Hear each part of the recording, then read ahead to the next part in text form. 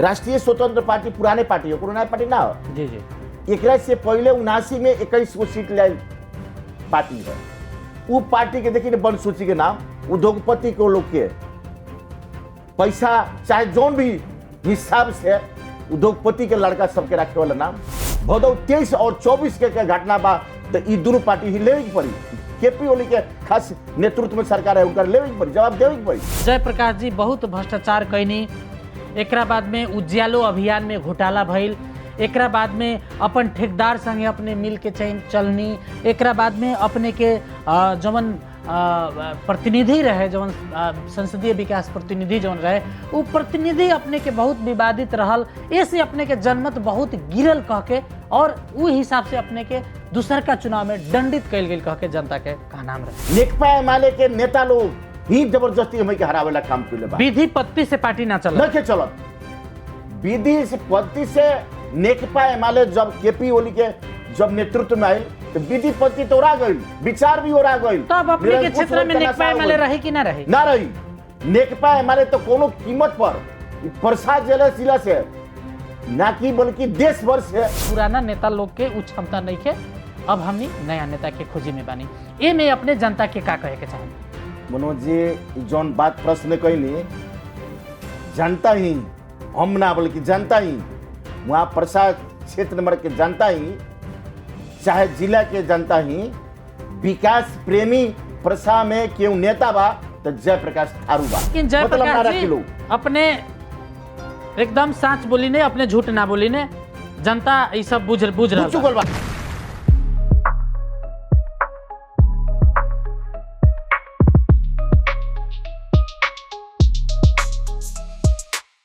नमस्कार प्रणाम सब दर्शक लोग के हम स्वागत करे के चाहता नहीं। मनोज पटेल।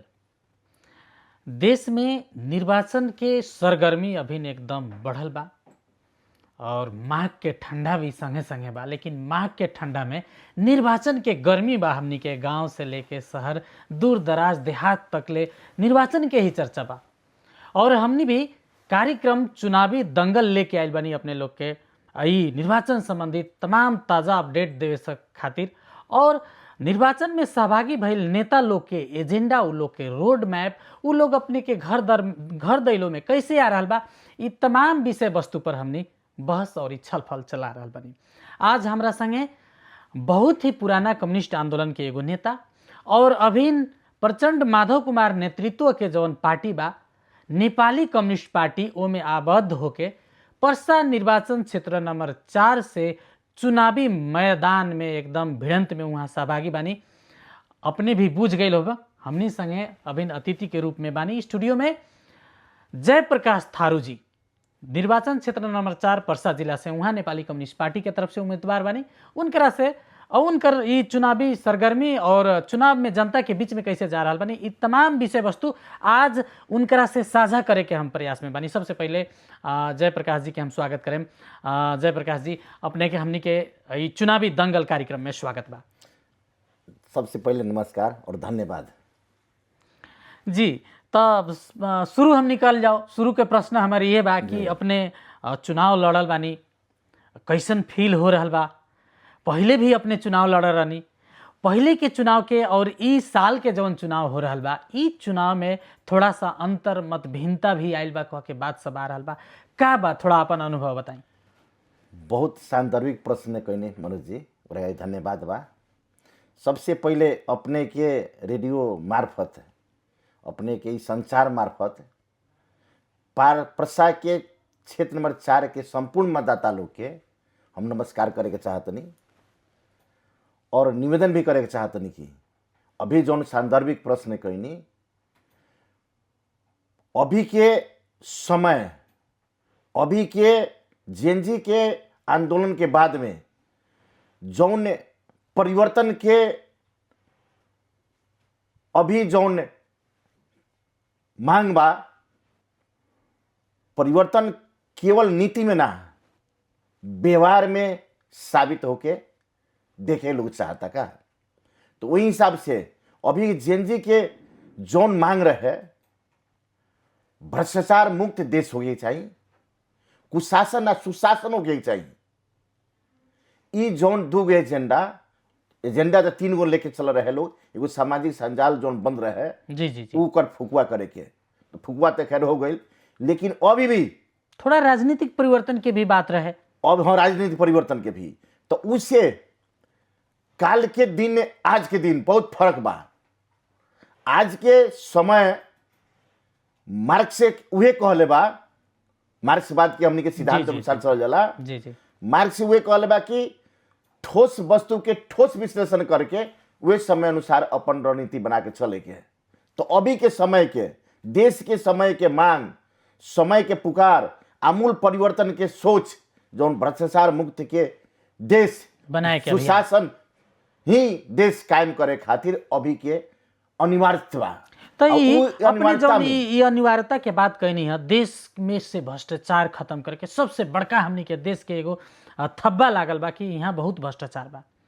ई जेनजी आंदोलन के एजेंडा और जनता के परिवर्तन के जौन चाहना बा, माधव कुमार नेपाल के पार्टी, प्रचंड नेतृत्व के ई पार्टी में उ जेनजी आंदोलन के जौन डिमांड बा बच्चा सबके या देश के आम नागरिक के जौन रुझान बा, ओकरा के अपने लोग बोके सकेम कि ना सकेम, ओकरा के कंधा लगा के अपने लोग ऊपर करे सकेम कि ना सकेम, ई बात महत्वपूर्ण बा। एकदम वही से अपने उनके हमें आज के ये संचार माध्यम से संपूर्ण जनता के, नेपाली जनता के, खास करके प्रसा के 4 नंबर क्षेत्र से हम नेतृत्व करे खातिर जो उम्मीदवारी दिले बनी, संपूर्ण मतदाता लोग के अनुरोध करे के चाहतनी कि अभी के जैसे जर नापे खातिर थर्मामीटर मापन वाला जी जी जी, उसे नापल जला जर कितना डिग्री में बा, तो पता लगला इतना डिग्री में जर बा।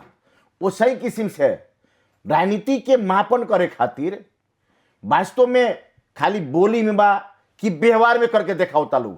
अभी के समय अनुसार अपना परिवर्तन दृष्टिकोण में, विजन में, सोच में परिवर्तन कैले बा कि ना कैले बा। जैसे अभी समानुपातिक उम्मीदवार माने अपने के कहे के मतलब बा, कहेला तो सब कहता, लेकिन भीतरी रूप में वो परिवर्तन के अंगीकार करेला तैयार बा कि ना तैयार बा। जैसे उदाहरण के रूप में प्रत्यक्ष एगो प्रणाली से चुनाव हो रहा बा, तो एगो समानुपातिक प्रणाली से।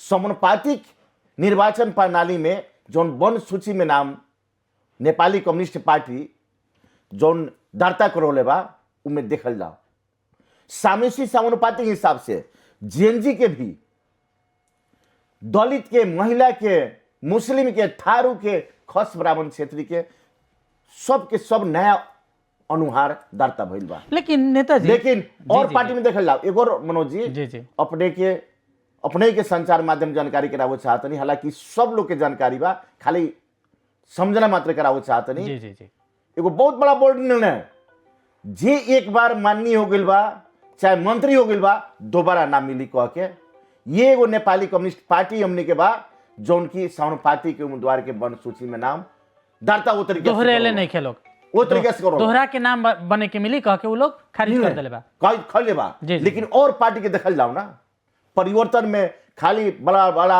आदर्शवादी लेकिन, लंबा लंबा बात करता लोग, लेकिन व्यवहार में देखा नहीं के जी पड़ल। जी, लेकिन नेताजी बहुत लोग के कहा नाम बा, हमनी नया खास करके नौजवान लोग जेकरा कांध में देश के बाग दौड़ आवे वाला बा, या जेकरा घर के संचालक या नींव कहल जाला हमनी के युवा लोग के, तो युवा लोग के रुझान का बा कि पुराना जे तबका के नेता लोग बा या पुराना पार्टी सब जौन सब बाड़ा सन, उ सब अब हमनी के या 2047 साल से हमनी देखते आइल बानी, उ लोग हमनी के चाहना अनुसार अब चले नहीं खे सकल।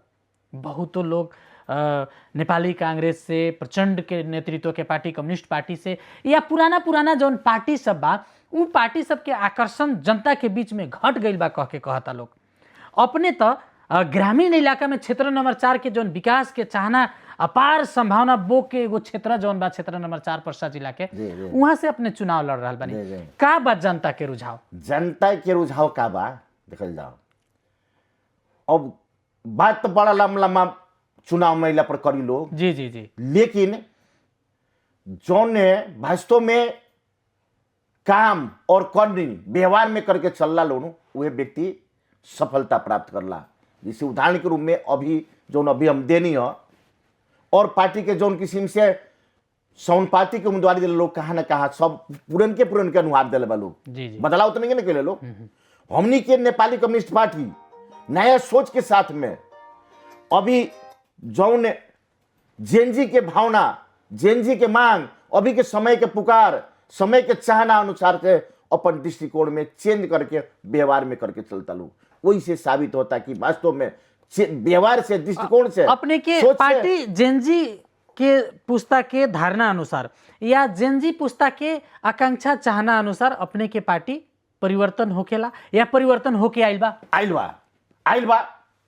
उदाहरण के रूप में वन सूची के नाम देखल जाओ ना, और कोनो पार्टी बहुसन वन सूची में नया अनुहार देले बा, लेकिन अपने वन सूची के बहुत जोड़ देता नहीं नेताजी। वन दूसर का सूची बात में एक और मनोज तो जी- उ वन सूची में नाम दिया बा, लेकिन पहले के प्रैक्टिस हमने देखते आ रहा बानी कि वन सूची में और इस समानुपातिक जौन बा एकरा के दुरुपयोग कइल गेल बा। बड़ा बड़ा पार्टी सब एकरा के विगत में दुरुपयोग कइल हमने के इतिहास बा।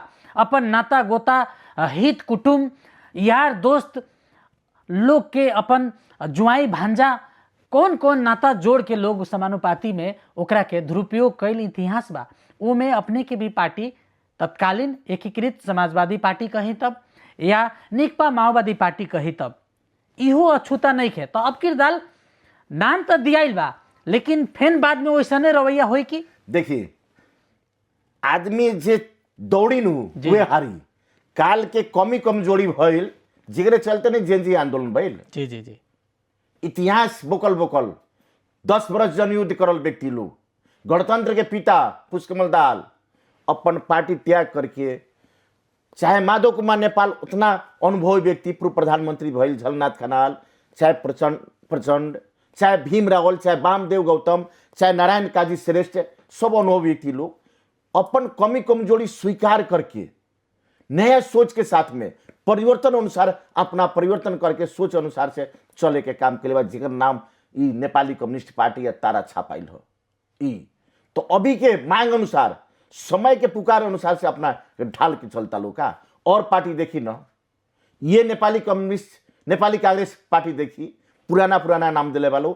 अच्छा है नेकपा एमाले देखी नु, वे दोहरा तेरा के उहे व्यक्ति समानुपातिक में, चाहे उहे व्यक्ति प्रत्यक्ष में गइल बा कि ना गइल बा। जी, अब हम इससे साबित हो रहल बा थोड़ा सा- उ लोग में अभी भी चेंज नहीं जी, है। थोड़ा सा एक और बात हमने जी, जी, मनोज जी कहल जी, चाहत नहीं, राष्ट्रीय स्वतंत्र पार्टी पुराने पार्टी हो, कोनो नया पार्टी ना हो। जी जी एकरा से पहले 79 में 21 गो सीट ले पार्टी हो। उ पार्टी के देखिए वन सूची के नाम उद्योगपति को लोग के पैसा, चाहे जौन भी हिसाब से उद्योगपति के लड़का सबके रखे वाला नाम, जबकि समानुपातिक में नाम जाएके चाहिए। जे जाति समुदाय उत्पीड़न में पड़ल बा, प्रत्येक तरफ से चुनाव में ना जा सकता, उ लोग के सामूहिक करके राज्य के माने कानून बना वाला ठाव में पहुंचाओ के वो तरीके से नहीं निकले। नेताजी, हम अपने के ही लंग रोका तनी उ मुद्दा पर हम फेन आएम जी, जी। थोड़ा सा हमनी परसा जिला में भी केंद्रित थोड़ा सा होल जाओ हमनी के आज जी, के जी, छल हाँ, पल। जयप्रकाश थारू निर्वाचन क्षेत्र नंबर 4 में अपने चुनावी मैदान में बनी, जय अपने संग है और लोग 22-23 आदमी चुनावी मैदान में बा, 22 आदमी वालों 22 आदमी चुनावी मैदान में बा। अब जयप्रकाश थारू के तारा छाप नेपाली कम्युनिस्ट पार्टी के अवस्था का रही क्षेत्र नंबर 4 में? 4 के न्याय प्रेमी जनता लोग, 21वीं शताब्दी के मतदाता नवदाता लोग हरेक उम्मीदवार के बहुत सूक्ष्म तरीका से मूल्यांकन कर रहा बा लोग। न्याय प्रेमी जनता लोग चाहे कितनो माने अपन रूप फेर के चलो लोग तक का, लेकिन वास्तव में जे काम कर्तव्य चलल बा, जनता के सब दिन दुख सुख में भाग ले बा, उहे व्यक्ति वास्तव में जनता के अगुआ बन सकता, न कि खाली कहाँ आकाश से झरल व्यक्ति एक बेरी आके कहाँ कहाँ रहना आ एक बेरी चुनाव में टपक आ जाना। वो तरीके से बिहान भइले हमनी के बॉर्डर एरिया बा, पूरे बॉर्डर से घेरल बानी सन। हमनी के पश्चिम भाग, थोड़ा सा दक्षिण भाग भी बॉर्डर से घेरल बानी, कालिका तक हमनी के बॉर्डर से घेरल बानी सर, पूरे भाग बॉर्डर से जोड़ल रही। लेकिन अपने सहित तो बहुतो अपने कहनी आकाश से आयल बा, बहुतो अपने सहित बहुतो नेता सब जौन पुराना नेता सब बा अपने के क्षेत्र में, नेपाली कांग्रेस के पूर्व मंत्री अपने के क्षेत्र में चुनाव लड़ रहा बा, वही लाखा नेकपा एमाले से भी पहले भी चुनाव लड़ल आदमी, स्थानीय सरकार के नेतृत्व कईल आदमी चुनाव लड़ रहा बा। ओकरा अलावा भी जमन ई पार्टी राष्ट्रीय स्वतंत्र पार्टी जमन जेनजी आंदोलन के कैश करे के प्रयास कर रहा बा या उ स्टेडिज से आगे बढ़ रहा बा उ पार्टी, उहो पार्टी के उम्मीदवार सब वहाँ बा। तो नेपाली कम्युनिस्ट पार्टी के एजेंडा या अपने लोग कही ने कि समाजवादी आंदोलन हमने अब शुरू कर चुकल बानी, समाजवादी आंदोलन के जौन एजेंडा बा अपने के क्षेत्र नंबर 4 में अपने पहुंचावे सकेम कि ना सकेम, और दोसर नेता लोग के बीच में अपने एगो अव्वल साबित होके सकेम कि ना सकेम। अपने भी पुराने नेता बानी जी जी, लेकिन लोग चाहता कि अब नया के हमने देखी के खोजता नहीं कह के। नया कहला पर खाली नया उम्मीदवारी दिला से ना होला, काम से आदमी, काम से, विचार से, विचार के काम में बदल करके काम व्यवहार से आदमी सफल होला का। और वही से हमें बता रहा बनी कि हमनी के जौन 4 नंबर क्षेत्र बा विभिन्न समस्या से ग्रसित क्षेत्र बा, वहाँ बॉर्डर एरिया बा, बेरोजगारी के समस्या बा, आदमी बॉर्डर एरिया में हेरा फेरी तनी करबे करला, प्रशासन झमेला बा, झमेला बा। ओकरा अलावा कृषि के समस्या बा, सिंचाई के समस्या बा, अपने के क्षेत्र में शिक्षा के समस्या बा, पुलिसों के समस्या बा। हम आ रहल बानी, काल तक ले हमनी के क्षेत्र में 4 बेर जीतल मंत्री तले बनल व्यक्ति फिर उम्मीदवार बन के आइल बनन, लेकिन उनको के बहुत नजदीक से जनता मूल्यांकन कर चुकल बा, कर रहल बा। आखिर बार बार एवरे व्यक्ति के जिताना, लेकिन 4 नंबर क्षेत्र के कोनो उपलब्धि ना होना, यहाँ तक ले यावत समस्या, विभिन्न समस्या जौन बा माने झमेला, प्रशासनिक झमेला भोके अथवा अन्याय अत्याचार के विरोध में जौन शोषित पीड़ित जनता जौन बा अन्याय में पड़ल बा, उ लोग के हक हित में न्याय चित आवाज खातिर बोल देना वो तरीके से ना पौले बालू। जनता लोग नेतृत्व पर, जनता के बीच में अपने पॉपुलर बानी, अपने के जनता अपने के प्रति आकर्षित बा। अब मनोज जी आज अपने के इस संचार माध्यम से हमें अनुरोध करे के चाहतनी, वास्तव में दक्षिणी भेग जौन बा चाहे हमने के 4 नंबर क्षेत्र कहल जाओ, तो पार्टीगत से विचार से उठ करके काल हम नेकपा एमाले में रहनी, आज हमें नेपाली कम्युनिस्ट पार्टी में आइल बनी। नेकपा एमाले में रहला पर भी जब केपी ओली नेतृत्व में जब आइल नेतृत्व में, तो मधेश प्रति देखे के दृष्टिकोण बहुत गलत रहे, जेकरा चलते हमनी के उस समय बहुत दुख पाई सन केपी ओली के कारण के चलते। पार्टी भी अपने पार्टी भी वो पार्टी नहीं के रह गई, केपी ओली के प्राइवेट कंपनी लिमिटेड हो चुकल बा, जेकरा चलते जहां विचार नहीं के, सिद्धांत नहीं के, नीति नहीं के, विधि नहीं के, पद्धति नहीं के, सामूहिक नेतृत्व के प्रणाली नहीं है, सामूहिक प्रणाली नहीं है, प्राइवेट लिमिटेड कंपनी है केपी ओली के एमाले।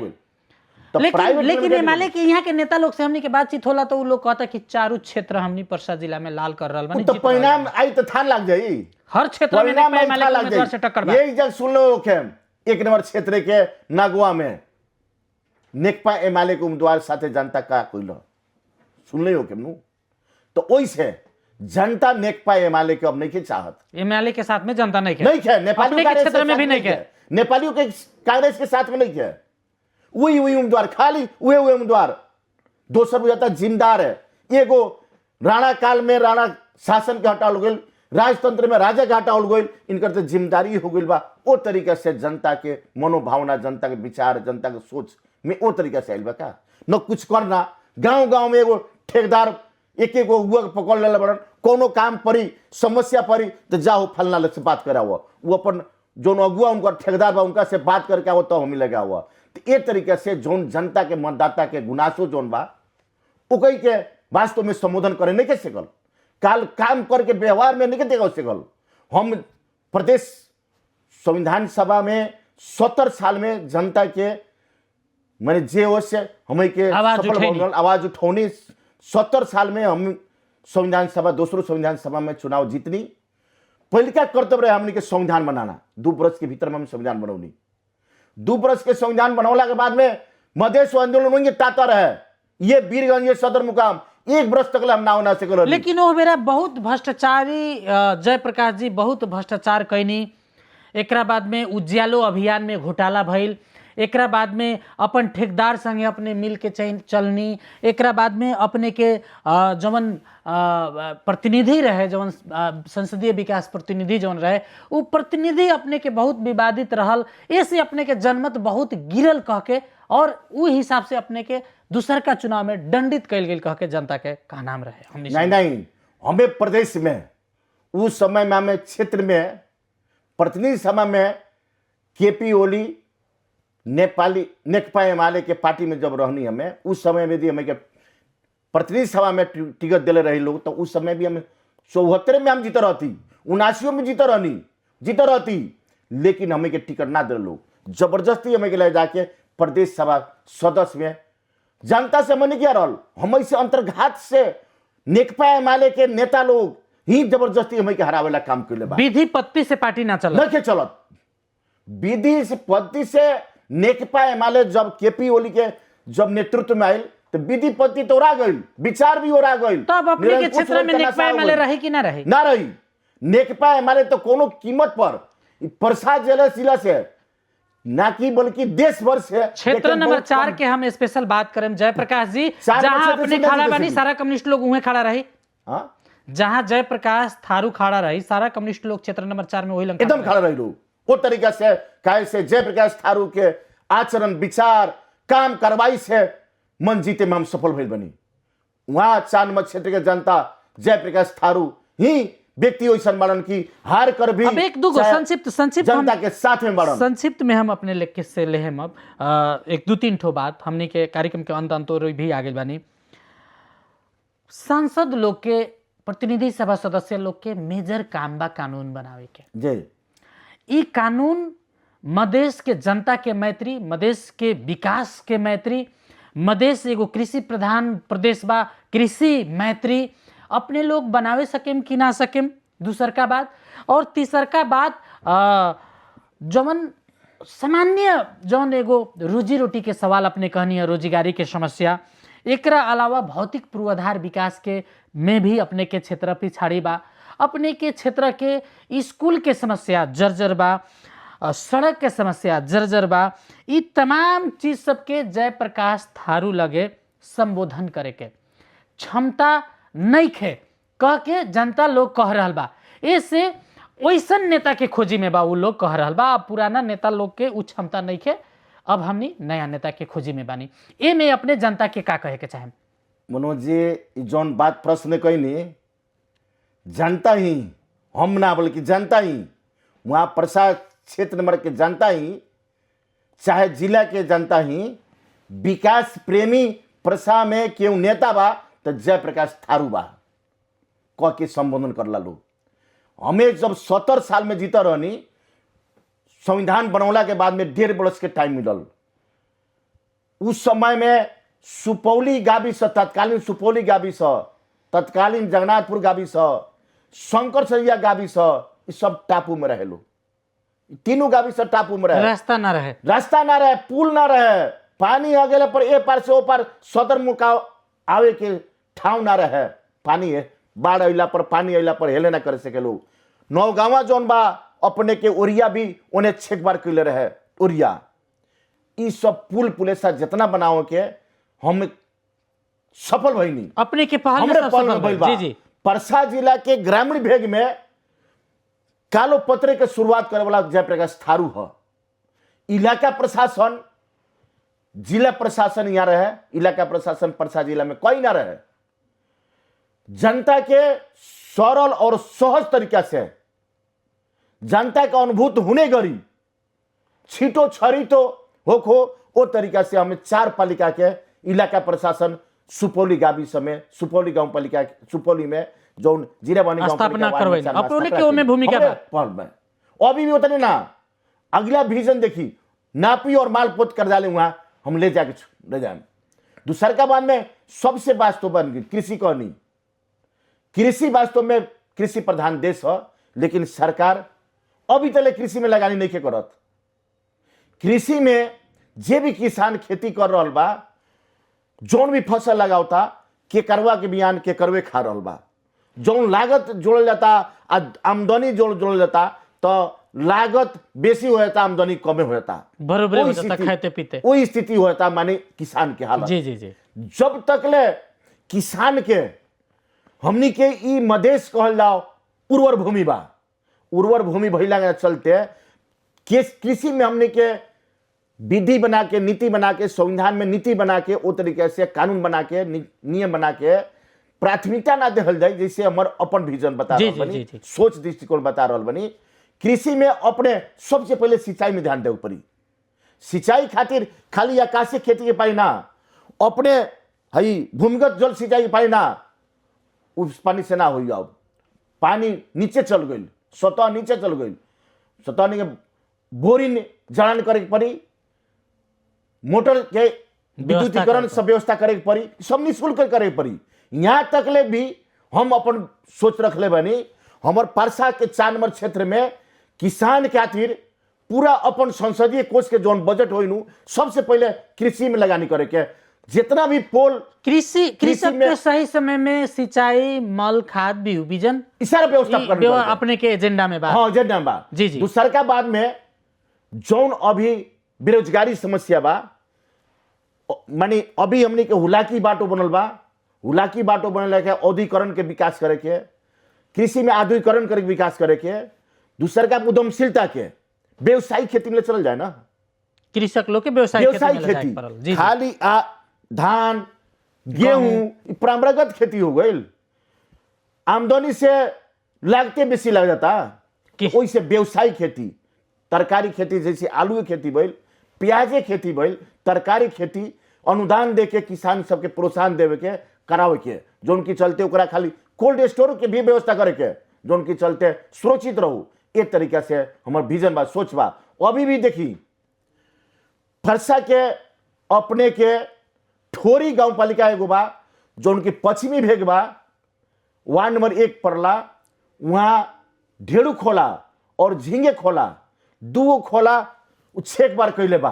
पानी बरसात में आ जाला तो उ लोग टापू में रहला, लोग बीमार पड़ जाला तो वहीं भगवान के देवी देवता के भरोसे करके प्रार्थना करके रहला लोग। वो तरीका से अवस्था नेपाली जनता परसे में होते हुए भी अभी भी नेपाली बासी बानी हमने के वो तरीका से फील नहीं के होत, सुगमता नहीं है। जी, हम अपने के इच्छा नगर बा ओरिये में वो टापू बा, अपने के भलुइया बलुआ जोन बा, महादेवपट्टी के बलुआ ओरिया खोला टापू कइले बा, घोड़दौड़ा पिपरा बा टापू बनौले बा। अपने के जनता वोट दी तो ये सब चीज अपने करें अपने रिकॉर्ड अभी हो रहल बा, करें हमर सारा लोग देख रहल बा। परसा के क्षेत्र नंबर के जितना भी समस्या बा, गली गली घूमल बानी, आज से ना 48 साल से घूमता हो तनी, सब समस्या से अवगत बानी हम। ई बात पर जनता विश्वास कैला से होई, विश्वास कैला से होई। आ उ लोग के विश्वास तब दिलाओ तनी, कोई एमे झूठ नहीं के, सब सच्चाई बा। झूठ नहीं के। जयप्रकाश थारू होवन जोन बोललन करके दिखावलन। लेकिन चुनाव में नेताजी, चुनाव में नेता लोग ऐसे ही बोलेला कह के जनता सब बुझ गइल बा नो। और नेता लोग में जयप्रकाश थारू में हमें शुरू में 64 साल में, चाहे 48 साल में, 51 साल में उर्मिला अरे साथ में रही हमने के, उनका के संग संग वोट मांगी सन, घर देलो जब करल जाए, अरे जहां जहां जाइला मतदाता, अधिकांश मतदाता लोग के गुनासो आवे, नेता लोग आवला चुनाव में बड़ बड़ा बात करी लो, लेकिन जब उलट फिर ना आई लो, काम ना करी लो, लेकिन जयप्रकाश जी अपने एकदम सच बोली ने, अपने झूठ ना बोली ने, जनता ये सब बुझ रहा बा। अच्छा, एक और बात हम अपने के अपने माध्यम से कर दी, कारण कि उस समय में महसूस कईनी गाली गलती कैले लोग, पहले के नेता लोग गाली खातिर समझी के अपना के सच के ढाल करके केहू भी कि मोबाइल में फोन आ जाओ, चाहे केहू कोनो पार्टी का है ना हो, हमरा लगे कोनो समस्या लेके आवला तो बहुत गंभीरता पूर्वक से हम लेने सुनने, तू के तू माने देर हम उमें सहयोग करे वाला काम करने, चाहे मोबाइले से फोन करके संबंधित ठाव में हो, चाहे अपने पैर कष्ट करके संबंधित ठाव में जहां जाए होला तहां जाके सहयोग करे वाला काम। जी, हम अपने के ही लंग रोक रहल बानी, हमनी कार्यक्रम के अंत आ रहल बानी। संक्षिप्त में अपने के 1 मिनट में हम ले हम ई देश में जवन हालात चल रहल बा परिवर्तन, और हम पहले भी कहनी है कि ई परिवर्तनकारी युवा लोग के वोट के कैश करे के एगो कोई पार्टी प्रयास कर रहल बा। ई विषय पर अपने के टिप्पणी का है, और परसा क्षेत्र नंबर 4 में जनता के रुझाने पर का बा? जनता के रुझान का बा कि अब अपने जौन कहनी है कि केहू रुझान कर रहल बा। जी जी जी हरेक पार्टी हरेक उम्मीदवार अपना अपना विभिन्न एजेंडा लेके जनता के रुझान करे जाई। हमें एकरा से पहले भी कहनी अपने के 21वीं शताब्दी के मतदाता बा। जी जी जी बहुत सूक्ष्म तरीका से हरेक उम्मीदवार के मूल्यांकन कर रहल बा कि के काम लागे वाला बा, के काम नहीं है लागे वाला, के विकास प्रेमी नेता हो, खाली नौरे में सीमित हो जाए, बातें में सीमित हो जाए कि करके दिखाई। वैसे का बा कि अभी की जनता, अभी के मतदाता परसेरी 4 नंबर क्षेत्र की जनता बहुत सचेत बा और न्याय प्रेमी बा। चाहे कितनो केहू पैसा खर्च कर दे, चाहे कितनो अपने रूप बदला के चलो तो का, कितनो रुझान करो तो का, लेकिन हमनी के वहां के जनता काम करे वाला व्यक्ति की छनौट करी क्या। अब नेताजी ये तमाम विगत में जोन सरकारी प्रतिनिधि सभा जोन फेल भइल, जेनजी आंदोलन एकरा के अपदस्त कर देल, सदन जोन विघटन कर देल आंदोलन के बल पर, इस चीज के अपने के पार्टी नैतिक जिम्मेवारी ली कि ना ली? और जेनजी आंदोलन के क्रम में जौन तोड़फोड़, आगजनी या विध्वंस मचावे वाला जौन काम भइल, इस चीज के अपने के पार्टी नेतृत्व ली कि ना ली? क्या कहें अपने? देखल ना उस समय में पुराना दल पर आरोप बा, पुराना दल पर आरोप में मनी जहां लोकतंत्र बा कहीं ना भइल, नेपाल में भइल। सबसे बड़का पार्टी, सबसे सेकेंड पार्टी, प्रतिपक्ष में रहे वाला पार्टी के सरकार बनल, first and second largest party, second. जी जी वो कौन हालत में बनल? उस समय प्रचंड प्रधानमंत्री रहलन, नारायण काजी श्रेष्ठ जो रहलन गृह मंत्री रहलन, भ्रष्टाचारी सबके फाइल जब खोले वाला काम कैलन, जब कार्रवाई में ले गईलन सबके, तो उस स्थिति में इस सारा जे रहे भ्रष्टाचारी लोग, बड़ बड़ भ्रष्टाचारी लोग, अपना के आदर्श माने बात बोले वाला, बड़ बड़ बात बोले वाला नेता लोग रहे, लोग सब जेल जाए वाला भइल, कार्रवाई होके वाला जब स्थिति आई, तो उस समय में रात अपनो हमने के जो आंदोलन में अपने के पार्टी को में हाथ ना रहे, अपने लोग जिम्मेवारी ना रहे। देखिए उस समय में नेकपा एमाले और नेपाली कांग्रेस फर्स्ट पार्टी और सेकेंड पार्टी, इतिहास में पहल का ही लोग हो। लोकतंत्र के संसार के बात करल जाओ, वैसा कहीं ना भइल बा। विपक्षीय मिलकर सरकार विपक्षीय और पक्ष दोनों मिलकर सरकार बनौल लोग। उस समय में जितना भी भदौ के 23 गते अथवा 24 गते घटना बा, नेतृत्व में केपी ओली रहे तो जिम्मेवारी के ली, नेपाली कांग्रेस रहे सेकेंड में सरकार में रहे तो जिम्मेवारी तो वो लोग पड़ी नु। जे अभिभावक रहला, घर में कोनो घटना भइल तो ओकरा जिम्मेवारी घर मूली लोग के जिम्मेवारी लोग पड़ला। जी हम आज के पास जिम्मेवारी वो लोग ले पड़ी। जितना भी कुशासन, जितना भी मानी ई भ्रष्टाचार के जौन निवारण करे खातिर, भ्रष्टाचारी ऊपर कार्रवाई करे खातिर जब स्टेप ले लेता रात मिल जाना फर्स्ट एंड सेकेंड पार्टी, आ जब अपने के जेनजी के कोनो खराब मांग ना रहे ना, जेनजी के एकदम तीनों मांग जायज रहे। देश में भ्रष्टाचार के ज्यादा हो चुकल बा, भ्रष्टाचार मुक्त हो गई चाहिए, कुशासन हो गई बा, सुशासन हो गई चाहिए, सामाजिक संजाल जोन बन बा खुला हो गई चाहिए। ये नहीं मांग रहे, कोनो ज्यादा मांग ना रहे, कोई बड़ा मांग ना रहे, कोनो बड़ा मांग ना रहे नो। ई मांग के संबोधन कर रहे तो स्कूले बच्चा सब आज मरला न रही रो। 76 आदमी के हत्यारा हो के तो वे केपी ओली के नेतृत्व नेपाली कांग्रेस और नेकपा एमाले हो, उ लोग के जिम्मेवारी लेवे के सब लोग बुझ चुकल बा, सब लोग जान चुकल बा। बच्चा पढ़ विद्यार्थी से लेके युवा से लेके जेनजी से लेके चाहे सब बुद्धिजीवी वर्ग, चाहे जितना भी नेपाल के नागरिक सचेत नागरिक बा, सब लोग के मालूम हो चुकल बा कि उस समय के जेनजी भदौ 23 और 24 के घटना बा, तो ये दोनों पार्टी ही लेवे की पड़ी।